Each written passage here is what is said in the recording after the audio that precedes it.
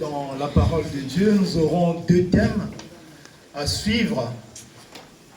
Frères et sœurs, à l'occasion donc de cette grandiose fête de Pâques, nous sommes en train de célébrer donc la résurrection, la mort et la résurrection de notre Seigneur Jésus-Christ.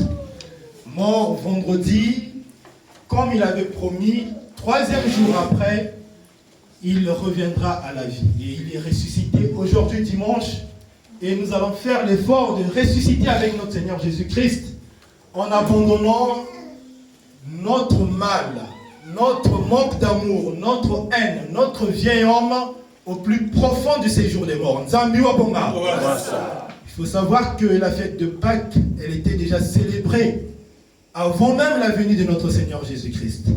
Parce qu'elle commémore l'exode, la sortie hors d'Égypte des enfants d'Israël, du peuple d'Israël. Et ce peuple-là est resté en esclavage en Égypte pendant plusieurs années. Pendant 400 ans. Combien d'années? 400 ans. Un peu plus de 400 ans même. Beaucoup d'années et ils ont beaucoup souffert.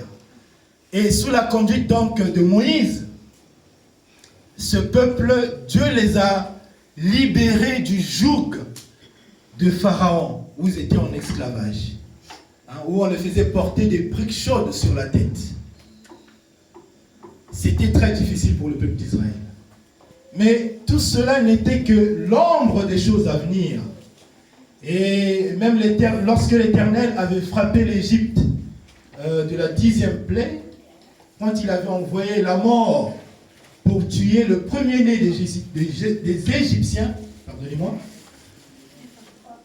le Seigneur avait ordonné que les familles juives se trouvant en Égypte puissent prendre un agneau et immoler cet agneau et verser le sang de cet agneau sur le linteau de leur porte, afin que lorsque l'ange de la mort va passer, que les familles juives ne soient pas touchées par la mort. Nzambi Wabonga. Mais tout cela n'était qu'une préfiguration parce que l'agneau parfait, le Seigneur Jésus-Christ, devrait arriver. Et quand il est arrivé, la parole manifestée, le verbe manifesté en Jésus-Christ, il est venu pour nous libérer de la mort et nous donner accès à la vraie vie, à la vie éternelle. Et donc Pâques, la fête de Pâques, marque également le dernier repas de notre Seigneur Jésus-Christ avec ses condisciples, sa mort et ensuite sa résurrection le troisième jour. Nzambi Wabunga. Nous allons lire une écriture dans Ésaïe au chapitre 53.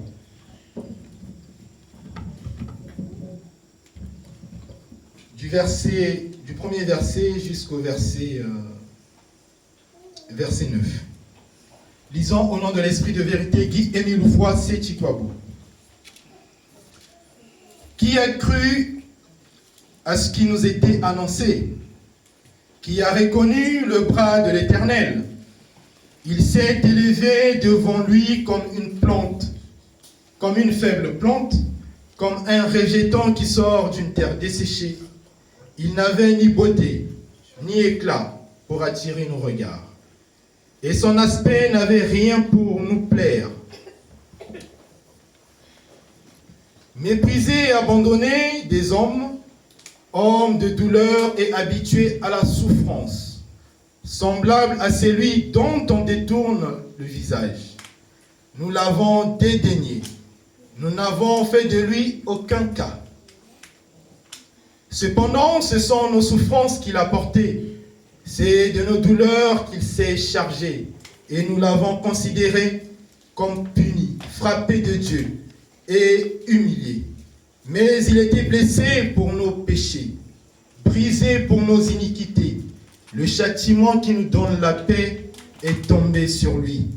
Et c'est par ses meurtrissures que nous sommes guéris. Nous étions tous errants comme des brebis. Chacun suivait sa propre voie. Et l'Éternel a fait retomber sur lui l'iniquité de nous tous. Il a été maltraité et opprimé. Et il n'a point ouvert la bouche, semblable à un agneau qu'on mène à la boucherie. Il n'a point ouvert la bouche. Il a été enlevé par l'angoisse et le châtiment. Et parmi ceux de sa génération qui a cru qu'il était retranché de la terre des vivants et frappé pour les péchés de mon peuple.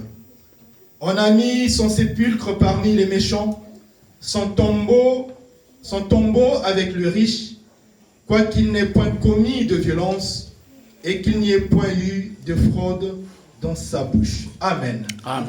Amen. Amen. Amen. Le papa Émile soit avec nous. Le Seigneur Jésus-Christ, pendant le dernier repas avec ses condisciples, puisqu'ils étaient tristes de savoir que le Seigneur va partir, il les a exhortés